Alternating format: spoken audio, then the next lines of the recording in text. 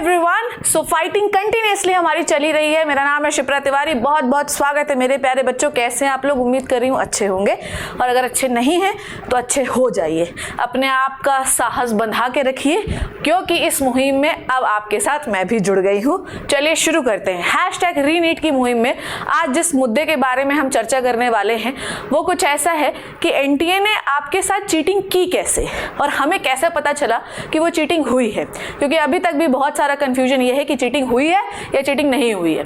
तो मैं आपको कुछ प्रूफ्स देती हूँ, कुछ चीजें बताती हूँ जिससे आपको ये पता चल जाएगा कि चीटिंग हुई है।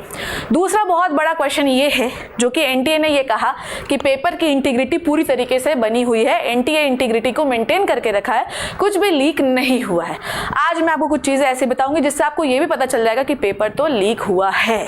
और मैंने आपको पहले भी बताया है कि जहां आग लगती है वहीं धुआं उठता है बच्चों। चलिए शुरू करते हैं। सबसे पहली बात, हम ये कैसे जान पाए कि चीटिंग हुई है? हरियाणा में झज्जर में जो एक सेंटर है, ध्यान से सुनते जाइएगा, पहले क्वेश्चन क्या है ये समझ लेते हैं। अब एनटीए ने पेपर में चीटिंग करवाई कैसे, कैसे इतने सारे बच्चों के पूरे नंबर आए। हाँ, क्वेश्चन ये नहीं है कि इतने सारे बच्चों के पूरे नंबर आए, क्वेश्चन ये है कि वो कुछ बच्चे जिनके पूरे नंबर आए हैं वो डाउट के घेरे पे आ जाते हैं। हो सकता है, अगर हो ऐसा, बिल्कुल मैं कहीं ये नहीं कहती कि बिल्कुल 67 बच्चों के पूरे नंबर नहीं आ सकते हैं। दुनिया में पहाड़ से पानी निकल सकता है, तो कुछ भी हो सकता है। पर क्वेश्चन ये हुआ कि इतने सारे बच्चों के कैसे आए, इस पर थोड़ी खोजबीन की जाए। तो समझ में ये आया, ध्यान से सुनिएगा, समझ में ये आया कि क्वेश्चन उन 67 बच्चों पे नहीं है, क्वेश्चन उन कुछ बच्चों पे है जिनको देखकर ये लगा कि भाई यहाँ तो कुछ झोल हो सकता है। अब कैसे चीटिंग हुई है ध्यान से समझिएगा। 720 मार्क्स जो दिए गए लास्ट के 7 सीक्वेंस ऑफ नंबर को, जो कि है अराउंड 63 से 69, ठीक है, एक आधे ऊपर नीचे हो सकता है। 63 से 69 रोल नंबर जो है, ठीक है, एक आध मैंने कहा ऊपर नीचे हो सकता है, इनको 720 मार्क्स दिए गए। अब क्वेश्चन पता है क्या सबसे बड़ा, कि एक ही सेंटर के हैं, ठीक है। फिर दूसरा क्वेश्चन पता है क्या है, ठीक है, ये एक ही सेंटर के हैं, एक ही जगह के हैं, एक ही प्लेस के हैं, मे भी एक दूसरे को जानते भी हो। और अगर उस सेंटर पे, ध्यान से सुनिएगा मेरी बात, अगर उस सेंटर पे 500 से 700 बच्चे थे तो हो सकता है कि एक ही क्लास में भी बैठे हो। अब क्या इन लोगों ने एक ही पेपर की चीटिंग की? ध्यान से समझिएगा, क्या इन लोगों ने पेपर को एक दूसरे को देख के चीटिंग की कि इनके सबके एक जैसे नंबर आए?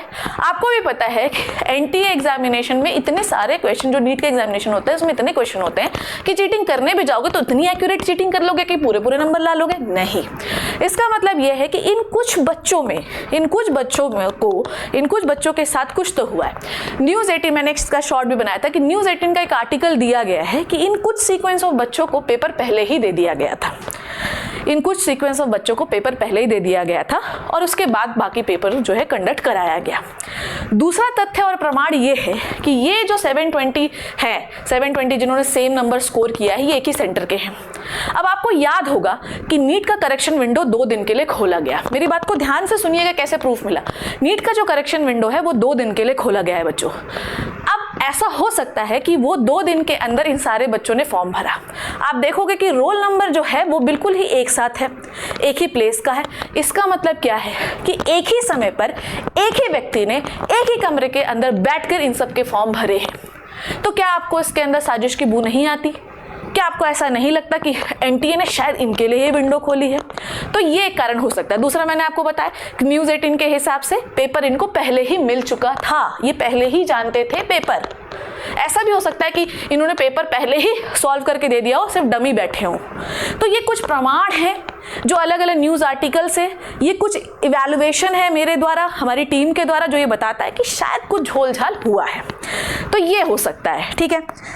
अब कहानी में ट्विस्ट ये, तो हाँ, तो एनटीए क्या कहती है बच्चों? एनटीए ये कहती है ना, दूसरा क्वेश्चन ये है कि इनको सेम रैंक कैसे मिली? एनटीए कहती है कि जिसने फॉर्म पहले भरा होगा उसको रैंक पहले दे देंगे, जो कि बहुत ही वाहियात क्राइटेरिया है। तो एनटीए ये कहती है कि जिसने फॉर्म पहले भरा होगा उसको हम पहले रैंक दे देंगे। चलो माना आपने दे देना है पहले रैंक, इनको अगर सेम रैंक मिली है, सेम ही जगह के है ना, सेम ही जगह से आते हैं, सेम ही सेंटर है, इसका मतलब क्या है कि एक ही पर्सन ने भरा है फॉर्म, सोच समझ के भरा गया है फॉर्म, सोच समझ के दिलाया गया है एग्जाम, और सोच समझ के ही एनटीए ने इनको मार्क्स दिए हैं। मैं फिर कह रही हूँ, क्वेश्चन उन सारे बच्चों के ऊपर नहीं है, क्वेश्चन उन चंद बच्चों के ऊपर है जिनकी वजह से पूरा नीट का एग्जामिनेशन जो है वो दाग वाला हो रहा है। ध्यान से समझिएगा मेरी बात। अब दूसरा क्वेश्चन ये है, मैंने आपको बताया कि same rank, same place, same centre की वजह से क्वेश्चन तो हो ही जाता है। तो क्या ये एक स्कैम है? डेफिनेटली। अगर इन दोनों प्रूफ्स में, न्यूज़ 18 वाले आर्टिकल के प्रूफ्स में और जो मैंने बताया, अगर इनमें दोनों में से कुछ भी सच निकला, जो कि कभी ना कभी तो बाहर आएगा, सच कभी छुप नहीं सकता, तो डेफिनेटली एनटीए के द्वारा किया गया एक स्कैम है जो कि बहुत बड़ा है। क्वेश्चन 2, सबसे बड़ा क्वेश्चन, क्या पेपर लीक हुआ?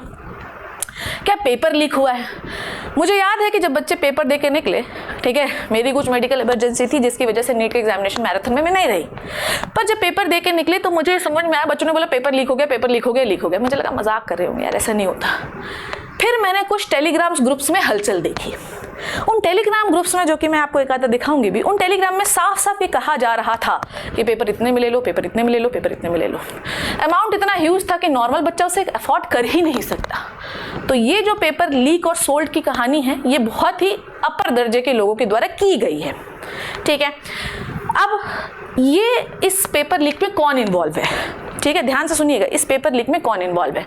अगर एनटीए एकदम साफ सुथरा है तो आपको मैं एक प्रूफ दिखाती हूँ। प्रूफ कुछ ऐसा है बच्चों, ध्यान से देखते जाइएगा। प्रूफ कुछ ऐसा है कि 13 लोगों को पटना में अरेस्ट किया गया। ध्यान से देखिएगा, 13 लोगों को पटना में अरेस्ट किया गया है, ठीक है। 13 लोगों के खिलाफ एफआईआर दर्ज की गई है ना, और उनको अरेस्ट किया गया है ना। एसपी मिश्रा का ये कहना है कि ये जो 13 लोग अरेस्ट हुए हैं, ध्यान से सुनिएगा, उसमें से 3 से 4 लोग तो पेपर सेट करने वाले हैं, और रिमेनिंग जो 4 से 5 लोग हैं, उनके माता पिता या उनका ड्राइवर कहीं ना कहीं एनटीए से कनेक्टेड था।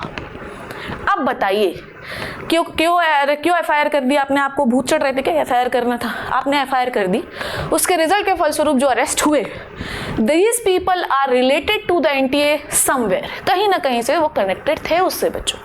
इसका मतलब ये है कि पेपर तो लीक था इनके हिसाब से।